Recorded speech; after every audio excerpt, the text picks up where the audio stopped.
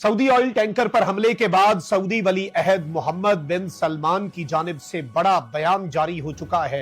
Iran के खिलाफ सफ बंदी, अरब ममालिक का मुश्तरका एलामिया भी जारी हुआ है और ट्रंप ने आज रात ईरान पर मजीद और सख्त हमले करने का ऐलान भी कर दिया है। नेटो भी मुत्तहिद नजर आ रहा है ईरान के खिलाफ, अरब ममालिक का मुश्तरका बयान भी आ रहा है और तेहरान और ईरान में इस वक्त क्या सूरत हाल है, चूंकि मैं ईरान में ही मौजूद हूं, उसको भी एनालाइज कर। बिस्मिल्लाहिर्रहमानिर्रहीम, अस्सलाम वालेकुम। मैं हूं मखदूम शहाबुद्दीन। 8 जुलाई 2026 बुध का दिन। नाज़रीन इकराम, मैं ईरान के सबसे मुकद्दस शहर मशहद में मौजूद हूं। रोज़ा इमाम रजा से चंद मिनट की दूरी पर इस वक्त हम मौजूद हैं, बल्कि यहां से देखा जा सकता है रोज़ा मुबारक जो है। और यहीं पर कल ईरान के सुप्रीम लीडर जो शहीद हुए आयतुल्लाह सैयद अली ख़ामनाई, उनके जसद खाकी को लाया जाएगा। ये उनका आबाई शहर भी है और रिलीजियस पॉइंट ऑफ व्यू से भी this city is very important. तो यहाँ पर कुछ बहुत बड़े लेवल पर एक्सपेक्टेशन यही है कि शायद तेहरान और कुम का रिकॉर्ड भी टूट जाए। लेकिन वहीं दूसरी जानिब जो इराक से विजुअल्स आ रहे हैं, जो नजफ और करबला से विजुअल्स आ रहे हैं, मैसिव और अनप्रेसिडेंटेड, और मशहद में भी तैयारियां ये बता रही हैं, माहौल ये बता रहा है कि मशहद भी तारीख रकम करने जा रहा है। लेकिन तदफीन से पहले ही जंग बंदी का मामला जो है वो आपके सामने है, खटाई में पड़ चुका है। ट्रंप ने एक और धमकी लगा दी है। ईरान जो है वो भी ट्रिगर पे हाथ रख के बैठा हुआ है। ईरान तो चंद मिनट में जवाब देता है, उसकी एक नई पॉलिसी है। और इस सब में अरब ममालिक भी आ चुके हैं। पाकिस्तान के लिए भी सूरत हाल यकदम तब्दील हो चुकी है। Let's analyse it step by step. लेकिन उससे पहले अगर अभी तक आपने इस वीडियो को लाइक नहीं किया, लाइक जरूर कर दें। कमेंट सेक्शन में राय का इजहार भी कीजिएगा। बल्कि इस सारे सिनेरियो पर आपने अपनी राय का इजहार जरूर करना है। ईरान और अमेरिका के दरमियान जो सूरत हाल है, आपको क्या लगता है कि किस मुल्क को क्या करना चाहिए? मैं इंशाल्लाह कोशिश ये होगी कि तमाम तर कमेंट्स पढ़ूं भी। नाज़रीन इकराम, डोनाल्ड ट्रंप जो है उसने बड़ा अजीब सा जवाब दिया। यानी उसने बीच में अबहाम छोड़ा। उससे पूछा गया सीज फायर खत्म हुआ नेटो समिट के दौरान, उसने कहा कि मेरे नजदीक तो अब खत्म हो चुका है। वहीं दूसरी जानिब अब अमरीकी सदर ने आज रात ईरान पर सख्त हमले करने की धमकी दी है। तुर्किया में नेटो समिट में यूक्रेनी सदर से मुलाकात के दौरान साफियों से गुफ्तगू करते हुए ट्रंप ने कहा कि ईरान से खुश नहीं हूं। ईरान ने कल जहाजों पर ड्रोन हमले किए, हमने गुज़श्ता रात ईरान पर सख्त हमला किया। मुमकिन है कि आज रात भी हम ईरान को सख्त निशाना बनाएं।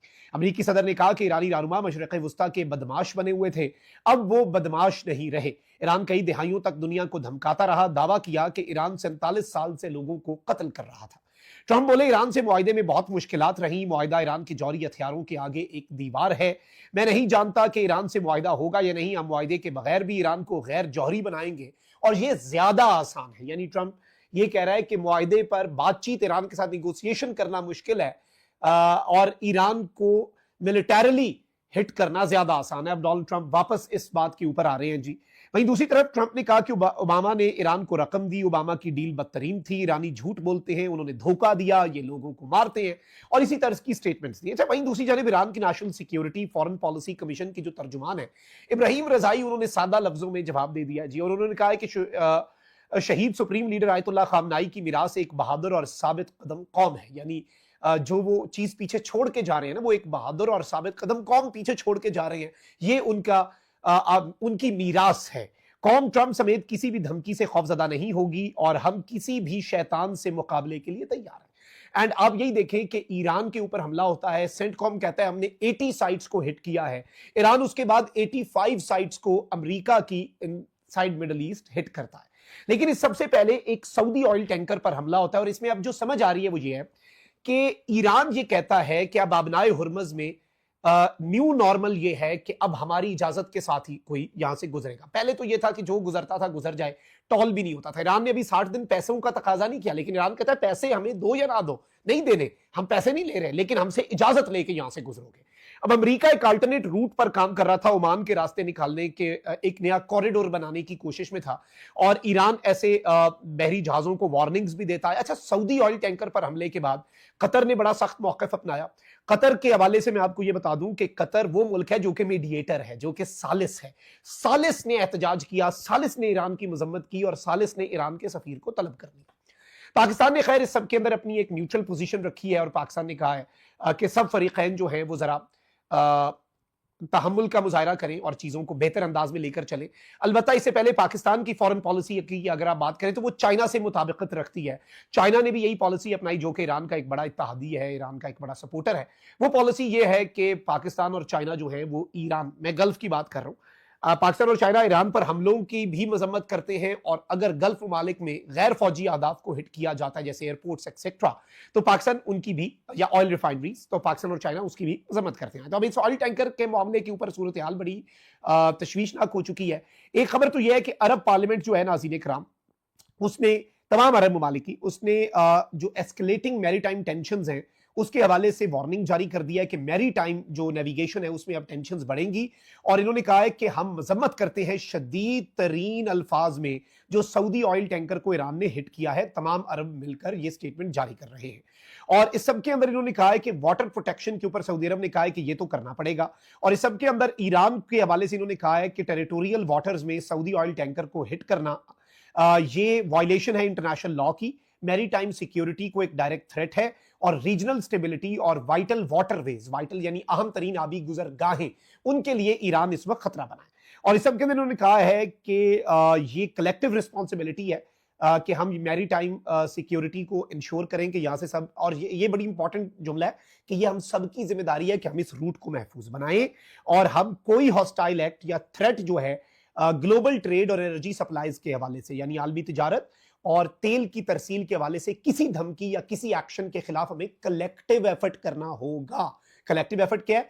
यूनिटी और इत्तेहाद के साथ ऐसे अनासर को रोकना। अब इस स्टेटमेंट के आप मुख्तलिफ तर्जुमे कर सकते हैं। सबसे आम चीज यह है कि सऊदी अरब के साथ तमाम अरब ममालिक जो हैं उन्होंने यकजहती का इजहार किया है। तो टेंशंस आर राइजिंग। एक्चुअली जो मैं आपको समझाना चाह रहा हूं वो ये है। अच्छा, मुत्तहिदा अरब अमारात के सदारती मुशीर डॉक्टर अनवर करकाश ने कहा है कि अबनाए हुर्मुज़ में तिजारती जहाजों पर ईरान के हमले और बहरीन और कुवैत के खिलाफ बार बार की जाने वाली जारहाना कार्रवाइयां इस बात का सबूत है कि तेहरान कशीदगी कम करने या हालिया तनाज़े के बाद मामूल की तरफ वापस आने के लिए संजीदा नहीं।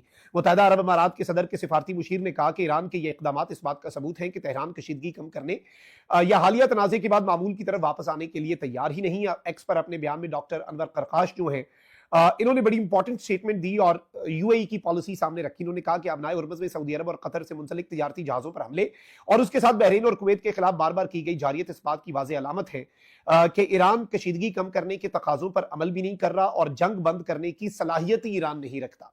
उन्होंने मजीद कहा कि खलीजी अरब ममालिक ईरान के इस रवैये का मुसलसल निशाना नहीं बन सकते, जहां वो कभी कशीदगी बढ़ाने की पॉलिसी अपनाता है और कभी इस्तेहकाम और अमन की राह इख्तियार करने की बात करता है। तो ये एक बड़ी सख्त स्टेटमेंट वहां से भी आई है। ट्रंप भी कह रहा है कि हमने गुज़श्ता रात भी ईरान पर हमले किए, हम आज रात फिर करेंगे।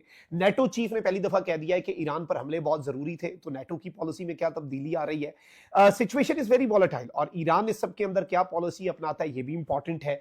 अलबत्ता what Pakistan is trying right now, number one कि मुसलमान जो हैं, क्योंकि उनके इत्तेहाद में उनके इत्तेहाद की बहुत जरूरत है और आई डोंट थिंक कि आलमे इस्लाम को आपस में लड़ना चाहिए, मुसलमानों को आपस में लड़ना चाहिए और there should be a kind of security arrangement between Arabs and Iran. Recent times में आपने देखा है कि सऊदी अरब की सरजमीन ईरान के खिलाफ इस्तेमाल नहीं, और ईरान ने भी सऊदी अरब की सरजमीन पर हमला नहीं किया। अब ये ऑयल टैंकर वाला जो मामला है, आई गेस सऊदीया, कतर और ईरान को बैठकर इस इशू पर बात करनी चाहिए। अपने मसाइल, मिडल ईस्ट के मसाइल हैं तो उन्हें मिडल ईस्ट में हल कर लेना चाहिए एंड बातचीत के जरिए अगर कोई कंफ्यूजन है, कोई मामला है, उसे हल करना, क्योंकि एस्केलेशन किसी के हक में नहीं है। जहां तक अमेरिका और ईरान के दरमियान, Pakistan is trying its level best कि both countries they don't go toward an all out war. और मैंने बड़े वेल अवेयर सिक्योरिटी सोर्सेज से थोड़ी देर पहले मेरी बात हो रही थी, तो पाकिस्तान इस वक्त पूरी कोशिश कर रहा है कि अमेरिका जो आज रात हमले करने की प्लानिंग कर रहा है उसे रुकवाया जा सके and Pakistan is trying its level best. Let's see क्या होता है। और हम तो सिर्फ दोनों साइड्स को कन्विंस कर सकते हैं। अब बंदूक की नोक पे तो किसी को नहीं हम रोक सकते ना। मीडिएटर या सालिस का ये काम